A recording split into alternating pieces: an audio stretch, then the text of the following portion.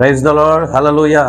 మన ప్రభువైన యేసుక్రీస్తు నామములో మరోసారి మీ అందరికీ వందనాలు తెలియజేస్తున్నాను. ఈరోజు దేవుని మాటను మనం శ్రద్ధగా ఆలోచన చేద్దాం.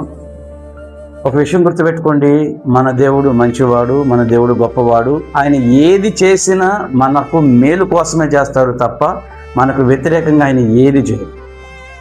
ఈ విషయాన్ని బట్టి మనం ఆలోచన చేద్దాం.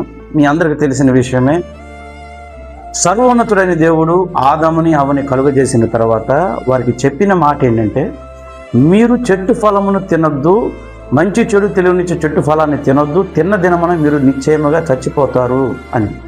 కానీ చాలామంది మరణాన్ని ఏదో ప్రమాదకరమైందిగా, మరణం అనేది వివరించలేనంత వేదన కలిగిందిగా భావిస్తారు. కానీ దేవుడు మరణాన్ని వారికి పరిచయం చేశాడు.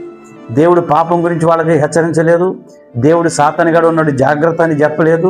కానీ దేవుడు మరణం అనే దాన్ని మనిషికి దేవుడే స్వయంగా పరిచయం చేశాడు.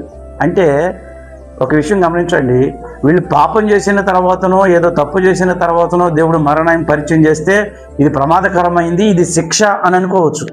కానీ బైబిల్ చెప్తుంది వాళ్ళు అప్పటికి ఏ తప్పు చేయలా, దేవునికి వాళ్ళు ఏమాత్రం వ్యతిరేకంగా లేవలా. దేవుడు చెప్పిన మాట ఏమంటున్నారు, దేవుడు చెప్పిన పనే చేస్తున్నారు. ఆ టైంలో దేవుడు మరణాన్ని పరిచయం చేశాడంటే మనం అందరం ఆలోచన చేయాల్సిన విషయం, మరణం అనేది చాలా చాలా ఉత్తమమైంది, మరణం అనేది చాలా చాలా శ్రేష్టమైంది. మనం దాన్ని తప్పుగా అర్థం చేసుకుని దేవుడిని తప్పుగా అనుకోకూడదు. దేవుడు వారికి మరణాన్ని పరిచయం చేశాడు అంటే అది ఖచ్చితంగా మనిషికి మేలు జరిగించేదే. ఈ మట్టి శరీరంలో ఉన్నంత కాలం బైబిల్ చెప్తుంది, ఈ రక్త మాంసాలతో పరలోక రాజ్యంలోనికి ప్రవేశించడం కుదరదు.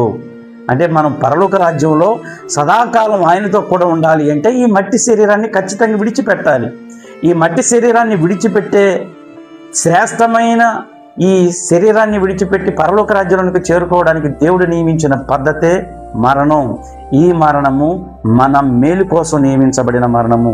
రెండవ మరణం గురించి నేను చెప్పట్లేదు, అది దూతలకు నియమించబడిన మరణం, వాళ్ళు నిత్య నరకానికిలో ఉండే ఆ మరణం. మనకి దానికి సంబంధం లేదు. మనము ఈ శరీరాన్ని విడిచిపెట్టి పరలోక రాజ్యంలో దేవునితో సదాకాలం ఉండాలి అనేదే దేవుని ఉద్దేశం. దానికోసమే ఈ శరీరానికి దేవుడు మరణాన్ని నియమించాడు, ఆ మరణాన్ని వారికి పరిచయం చేశాడు. కాబట్టి దేవుని తప్పుగా అనుకోవద్దు, మరణాన్ని తప్పుగా అనుకోవద్దు. దేవుడు మన మేలు కోసమే దాన్ని నియమించాడు. కాబట్టి గుర్తుపెట్టుకుని దేవుణ్ణి సంతోషంగా స్తుతించడం ప్రారంభించండి. దేవుని కృప మీకు తోడని నడిపించుగాక. Amen. God bless you all.